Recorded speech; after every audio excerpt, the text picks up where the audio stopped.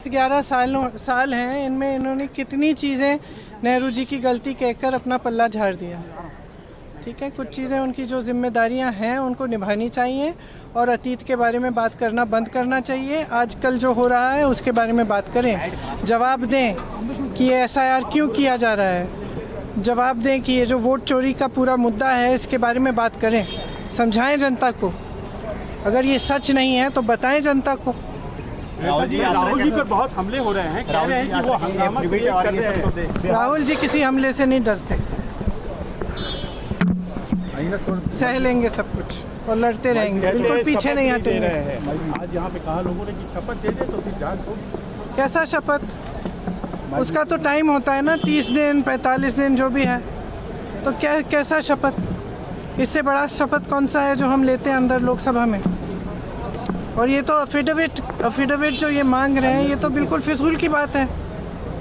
जैसे ही अफिडेविट आएगा वो बोलेंगे कि 45 दिनों के बाद दिया है तो ये उसको रद्द कर देंगे। तो ये सब सॉरी लेकिन ये सब बकवास है। सच्चाई उनके सामने है, सबके सामने है। सच्चाई का जवाब दें। ये सब क्यों हुआ? 100 लोग जीरो एड्रेस पे क्यों हैं? इतने सारे लोग इकट्ठे एक एड्रेस में कैसे हैं? ये सब चीज़ें, जितने भी सवाल उठाए हैं राहुल जी ने, उनका जवाब दें। जवाब दे नहीं पा रहे हैं, इसलिए पहले तो नेहरू जी की बात करेंगे, इंदिरा जी की बात करेंगे, अफिडेविट की बात करेंगे, शपथ की बात करेंगे। जो मुद्दे उठाए हैं उनका जवाब दें ना। देखो, ये हमारी पार्टी का स्टैंड है कि जो भी वोट चोरी हो रहे हैं, वोट में बदलाव कर रहे हैं और वोटों की हेराफेरी हो रही है, गड़बड़ी हो रही है, इसके खिलाफ हम पूरे देश में ये माहौल बनाना चाहते हैं कि तुम्हारे ऊपर अन्याय हो रहा है, देख लो और आपके वोट की छानबीन कर लो, ताकि ऐसा चोरी करके अगर गद्दी पे बैठेंगे तो वो कोई डेमोक्रेसी के लिए हितकारी नहीं है और डेमोक्रेसी के लिए वो अच्छा भी नहीं है। संविधान की हत्या है ये। और आज जो इलेक्शन कमिश्नर बोल रहे हैं, धमकी दे रहे हैं हमको कि अगर आप एफिडेविट नहीं दिए 7 दिन में हम वो करेंगे ये करेंगे, उनके पास एक हथियार है तो हमारे पास भी हथियार है, हम भी वो सुरक्षित रखे वक्त पे खर्च करेंगे। सीधी सी बात, लोकतंत्र की हत्या से बड़ा कोई जुर्म नहीं हो सकता, कोई पाप नहीं हो सकता, कोई गैर कानूनी कार्रवाई नहीं हो सकती। जिस तरह तथ्य उभर कर आए कि जनादेश को, जो जनता ने आदेश दिया है, उसे इलेक्शन कमीशन की वजह से पलट दिया गया, तो जनादेश की हत्या जो लोग करें, जनादेश की जो अवहेलना लोग करें, उन्हें लोकतांत्रिक ढंग से सचेत किया जा रहा है कि आपको भारत के संविधान के अनुसार ये जिम्मेदारी जो आपने किया है, इसकी जिम्मेदारी लेनी पड़ेगी और भारत के कानून, भारत के संविधान के अनुसार निश्चित रूप से कार्रवाई होगी। सर, सुप्रीम कोर्ट में कल एक याचिका जो है खारिज कर दी गई, क्योंकि आप लोग भी महाराष्ट्र चुनाव में धांधली का आरोप लगा रहे हैं। विधानसभा चुनाव को लेकर याचिका डाली गई कि 72 लाख वोट जो है डाले गए। हालांकि सुप्रीम कोर्ट ने उस याचिका का सुनवाई योग्य नहीं माना। इस बीच पॉलिटिकल स्टेटमेंट जो आना शुरू हुए हैं, उसमें निशिकांत दुबे कह रहे हैं कि कांग्रेस का खेल तो बांग्लादेशी और संवैधानिक संस्थाओं को तहस-नहस करने पर टिका है। बड़ी सीधी सी बात है ना, मैंने उस याचिका को पढ़ा है। वो याचिका भारतीय जनता पार्टी के तमाम संगठन ऐसी फर्जी याचिकाएं तमाम डाला करते हैं और जो बयान दिया गया है, मैं गर्व से कहता हूं, जितने नाम दिए गए उन्हें बांग्लादेशी कौन है बताओ ना। और फिर बांग्लादेशी है अगर, तो वो जो जिम्मेदारी भारतीय जनता पार्टी की, अंतर्राष्ट्रीय सीमा की रखवाली करने की जिम्मेदारी भारत सरकार की, और पिछले 11 साल से भारत की सरकार यहाँ, जिन राज्यों से होके आते हैं वहां भारतीय जनता पार्टी की सरकार।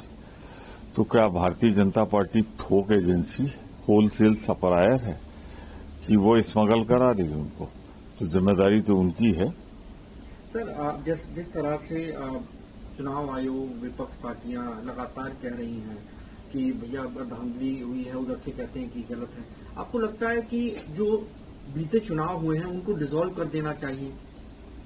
देखिए, पहले तो जिम्मेदारी फिक्स हो, फिर उसके बाद संविधान के अनुसार, कानून के अनुसार कार्रवाई का जो भी प्राविधान होगा उस पर विचार होना चाहिए, उसके अनुसार कार्रवाई होनी चाहिए।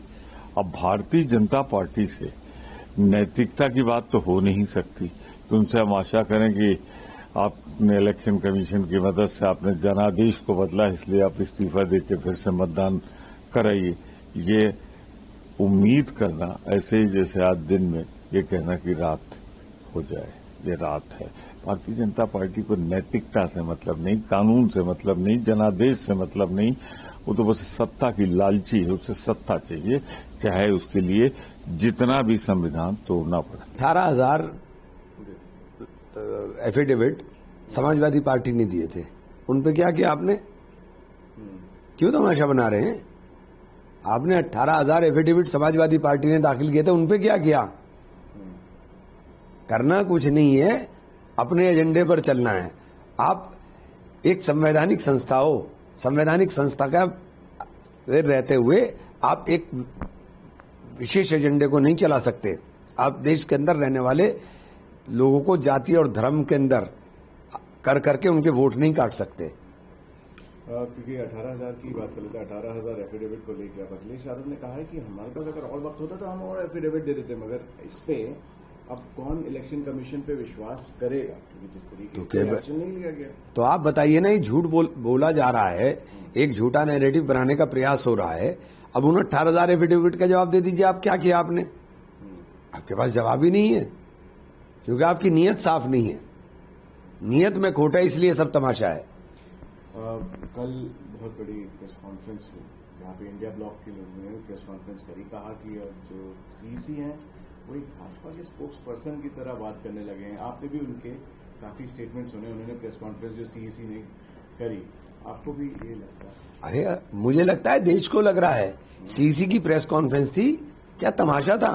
एक भी बात उन्होंने, जो आप जिस चीज के ऊपर पूरे देश में बवाल हो रहा है, आपने एक शब्द भी नहीं उसके ऊपर चर्चा की।